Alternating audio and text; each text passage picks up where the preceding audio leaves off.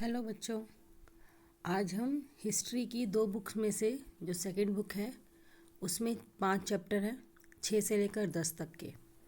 तो आज हम उसका 6 चैप्टर जो है यानी कि सेकंड बुक का जो फर्स्ट चैप्टर है, बुनकर, लोहा बनाने वाले और फैक्ट्री मालिक, इसके बारे में पढ़ेंगे। इस चैप्टर को पढ़ेंगे, ठीक है। इस चैप्टर में बुनकर जो कि कपड़ा बुनते थे, धागा बनाते थे, सूती कपड़ा बनाते थे, उन लोगों के बारे में, और लोहा या इस्पात, इस्पात मतलब होता है स्टील, इन सबको बनाने वाले लोगों के बारे में पढ़ेंगे कि जब अंग्रेज़ भारत में थे तब इन लोगों की स्थिति कैसी थी, और जब अंग्रेज़ भारत छोड़कर गए या धीरे धीरे अंग्रेज़ों ने इन लोगों की स्थिति कैसी बना दी, ये हम इस चैप्टर में पढ़ेंगे, ठीक है। तो इस चैप्टर का जो पहला पॉइंट है वो यही है कि इस अध्याय में हम कपड़ा और लोहा व इस्पात उद्योग, इन दो उद्योगों के बारे में विशेष रूप से पढ़ेंगे कि ब्रिटिश शासन के अंतर्गत भारतीय कारीगरों और उद्योगों की क्या दशा थी। आधुनिक विश्व यानी कि अब जो विश्व चल रहा है, जो दुनिया है, उसमें औद्योगिक क्रांति की दृष्टि से ये दोनों उद्योग बहुत ही महत्वपूर्ण थे। सूती कपड़े के मशीनी उत्पादन ने ही 19वीं सदी में ब्रिटेन को दुनिया का सबसे प्रमुख औद्योगिक राष्ट्र बना दिया था। 1850 के दशक से जब ब्रिटेन का लोहा और इस्पात उद्योग भी पनपने लगा तो ब्रिटेन को दुनिया का कारखाना कहलाने लगा, यानी कि ब्रिटेन को दुनिया का कारखाना कहा जाने लगा, क्योंकि ब्रिटेन अब बहुत बड़ी मात्रा में सूती कपड़े, लोहा और स्टील बनाने लगा था। लेकिन जो ब्रिटेन था उसने ये कलाएं कहाँ से सीखी थी? उसने यह सभी कलाएं भारतीय लोगों से भारत में आकर सीखी थी, ठीक है। कब सीखी थी अब ये पढ़ेंगे हम इसके बारे में। भारतीय कपड़े और विश्व बाजार। अब इस वाले जो पॉइंट हैं जो अब हम आगे पढ़ेंगे, 3-4 पॉइंट्स, इन पॉइंट्स में भारत के जितने भी कपड़े बनाए जाते थे भारत में उस पहले के समय में, या स्टील या लोहा बनाया जाता था, तो भारत का कितना नाम था पूरी दुनिया में, वो हम इसमें पढ़ेंगे, ठीक है। तो आइए पढ़ते हैं इसमें। भारतीय कपड़े और विश्व बाजार। बंगाल पर अंग्रेज़ों की विजय से पहले 1750 के आसपास भारत पूरी दुनिया में कपड़ा उत्पादन के क्षेत्र में औरों से कोसों आगे था, यानी कि दुनिया में कोई भी ऐसा देश नहीं था जो भारत की बराबरी भी कर सकता था कोई भी कपड़ा बनाने में। भारत सबसे आगे था। पूरी दुनिया के लोग भारत से बने हुए कपड़े पहनते थे। भारतीय कपड़े लंबे समय से अपनी गुणवत्ता और बारीकी काम के लिए मशहूर थे। जावा, सुमात्रा, पेनांग, मतलब दुनिया का कोई भी देश ऐसा नहीं था जो कि भारतीय कंपनियों से कपड़ा नहीं खरीदता था। यूरोप की कंपनियां यूरोप में बेचने के लिए भारतीय कपड़े खरीदने लगी थी। इस फलते फूलते व्यापार और भारतीय बुनकरों के हुनर की यादें अंग्रेजी तथा अन्य भाषाओं के बहुत सारे शब्दों में आज भी जिंदा हैं। अब शब्द कौन से शब्दों से पता चलता है कि भारतीय कपड़ा बहुत मशहूर था? अब ये अगला पॉइंट है हमारा, शब्दों में इतिहास छिपा है। यूरोप के व्यापारियों ने भारत से आया बारीक सूती कपड़ा सबसे पहले इराक के मौसूल शहर में अरब के व्यापारियों के पास देखा था, यानी कि यूरोप के लोगों ने भारत का कपड़ा अरब में देखा था। उनके पास नहीं था पहले ये कपड़ा, वो भारत से अरब के लोग मंगवाते थे, ठीक है। तो जब अरब के लोगों के पास उन्होंने कपड़ा देखा, क्योंकि वो जगह थी मौसूल, तो उन सभी ने उस कपड़े का नाम मसलिन रख दिया, यानी कि मलमल। जल्दी यह शब्द बहुत प्रचलित हो गया।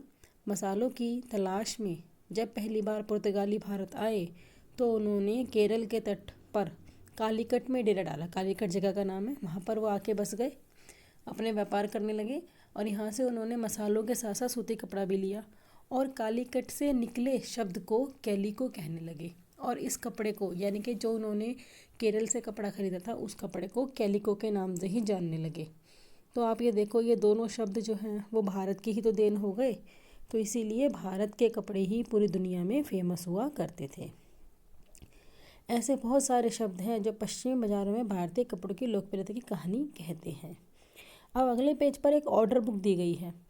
इस ऑर्डर में ये बाहर की कंपनी ने भारत को ऑर्डर दिया था कपड़ों का, तो इसमें उस साल कपड़े के 5,79,000 थानों का ऑर्डर आया था। यदि आप इस बही के पन्नों को पलट पाते तो आप देखते कि 98 किस्म के कपड़े हैं इसमें, यानी कि 98 अलग अलग तरह के कपड़े के का जिक्र किया गया है इस वाले ऑर्डर में। कौन से ऑर्डर में? इस वाले ऑर्डर में। ये वाला ऑर्डर दे रखा है ना, ये ऑर्डर है एक, ठीक है, कि हमें ये चाहिए, कितना चाहिए कितना नहीं चाहिए, ठीक है, वो सब है इसमें।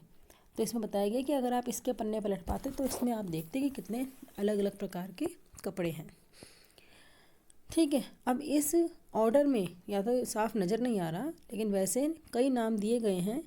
थोक में जिन कपड़ों का ऑर्डर दिया जाता था उनमें छापेदार सूती कपड़े भी शामिल थे।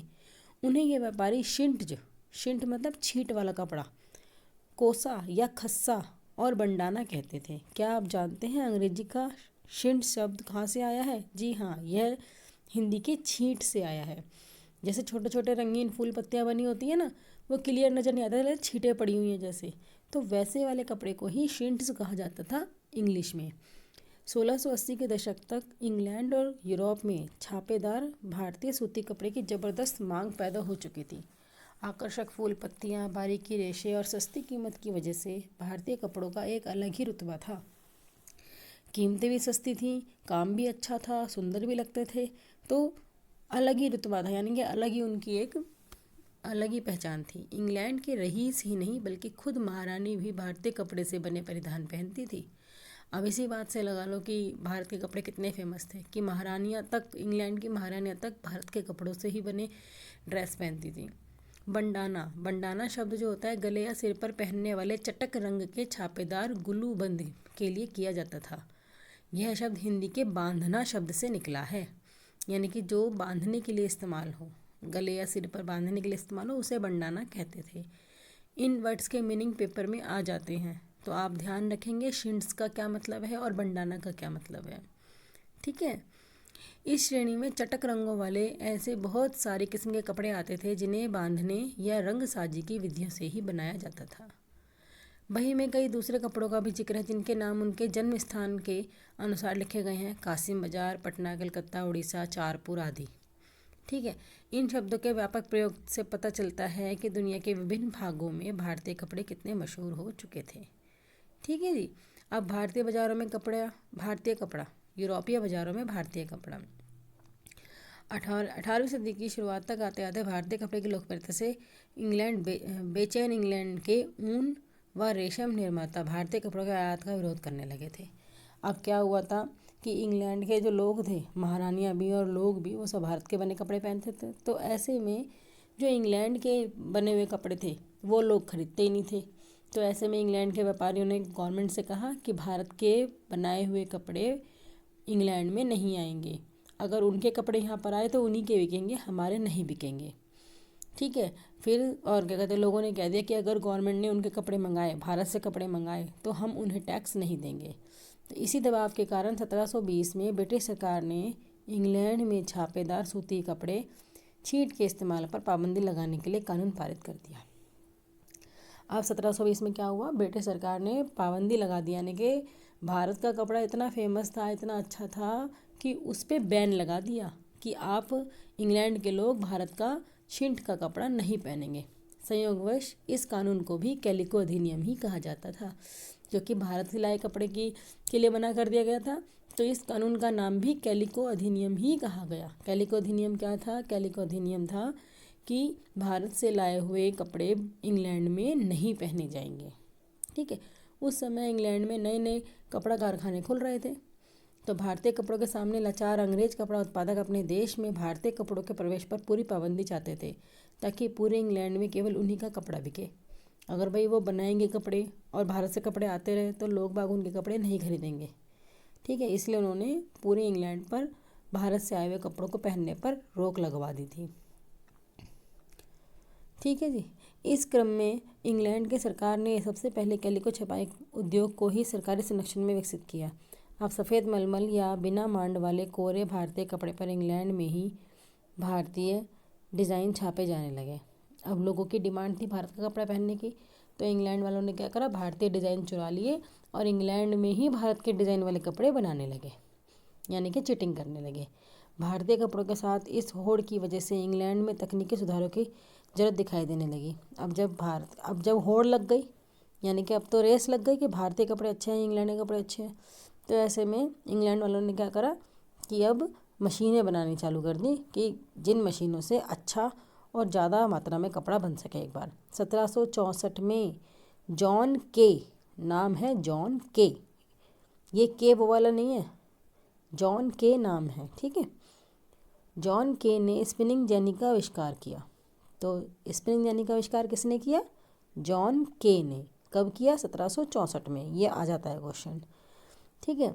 आविष्कार किया जिससे परंपरागत तकलियों की उत्पादकता काफ़ी बढ़ गई। 1786 में रिचर्ड आर्कराइट ने वाष्प इंजन का आविष्कार किया, जिसमें सूती कपड़े की बुनाई को क्रांतिकारी रूप में बदल दिया। अब बहुत सारा काम, कपड़ा बेहद कम कीमत पर तैयार किया जाने लगा, क्योंकि अब मेहनत तो लगती नहीं थी। पहले तो हाथ का काम होता था, मेहनत लगती थी, इसलिए लोग बाग ज़्यादा पैसा देते थे। लेकिन अब ज़्यादा काम मशीनों से होने लगा तो खर्चा भी कम आने लगा, जिसकी वजह से चीज़ की कीमत भी कम हो गई। अब जब कीमत कम हो गई तो लोग अब सस्ता सामान ही खरीदते थे, ठीक है। इसके बावजूद दुनिया के बाज़ारों पर भारतीय कपड़े का दबदबा 18वीं सदी के आखिर तक बना रहा। डच, फ्रेंच, ब्रिटिश और अन्य यूरोपीय कंपनियां अभी भी भारत से ये कपड़ा खरीदते थे और मुनाफा कमाते थे। ये कंपनियां भारत आकर चांदी के बदले सूती और रेशमी कपड़े खरीदती थी। यानी कि भारत का कपड़ा इतना अच्छा था कि लोग बाग चांदी और सोने की चीज़ें देखकर भी उसे खरीदना चाहते थे। परंतु जैसा कि आप जानते हैं, जब इंग्लिश ईस्ट इंडिया कंपनी को बंगाल की राजनीतिक सत्ता मिल गई तो उन्होंने भारतीय चीज़ें खरीदने के लिए चांदी मंगाने की ज़रूरत नहीं रही। इसके बाद तो ईस्ट इंडिया कंपनी भारत के ही में ही किसानों और जमींदारों से राजस्व इकट्ठा करके उस पैसे से कपड़ा खरीदने लगे। यानी कि जब अंग्रेज़ों ने बंगाल पर अपना शासन कर लिया तो उन्होंने यहाँ के लोगों द्वारा जो पैसा इकट्ठा किया, जो टैक्स यहाँ के लोगों से लिया, उसी टैक्स के बदले में यहीं के लोगों से कपड़ा खरीद लेते थे। यानी कि पैसा भी यहीं के लोगों का और सामान भी यहीं के लोगों का। अपने देश से कुछ नहीं लाते थे, बल्कि हमारे पैसों से हमारी चीज़ें खरीद कर अपने देश में भेज देते थे, ठीक है। अब अगला पॉइंट है, बुनकर कौन थे? बुनकर आमतौर पर बुनाई करने वाले कारीगर थे, जो कि पीढ़ी दर पीढ़ी यही काम करते थे। बंगाल के ताँती, उत्तर भारत के जुलाहे, दक्षिण भारत के साले या कैकोलार और देवांग, ये प्रसिद्ध बुनकर माने जाते थे, ठीक है। सबसे पहला काम क्या था? सूत काटना, जो कि महिलाएं करती थी। फिर तकलियाँ बनाना उनकी, और तकलियों से कताई करना। जब धागे बन जाते थे तब बुनकर यानी कि आदमी लोग जो थे कपड़े को बुनते थे, ठीक है। रंगीन कपड़ा बनाने के लिए रंगरेज इस धागे को रंग देते थे। छपाई कपड़ा बनाने के लिए बुनकर को चिप्पीगार नामक माहिर कारीगरों की ज़रूरत होती थी, जो ठप्पे से छपाई करते थे। यानी कि छपाई करने वालों को चिप्पीगर कहते थे। और हथकरघों पर होने वाली बुनाई और उससे जुड़े व्यवसायों से लाखों भारतीयों की रोजी रोटी चलती थी। यानी कि कपड़ा बनाना जो था वो सिर्फ बड़े बड़े कारखानों में या बड़े बड़े रईस लोग ही नहीं करते थे इस काम को, बल्कि जो छोटे छोटे गरीब लोग थे उनके घर की रोजी रोटी भी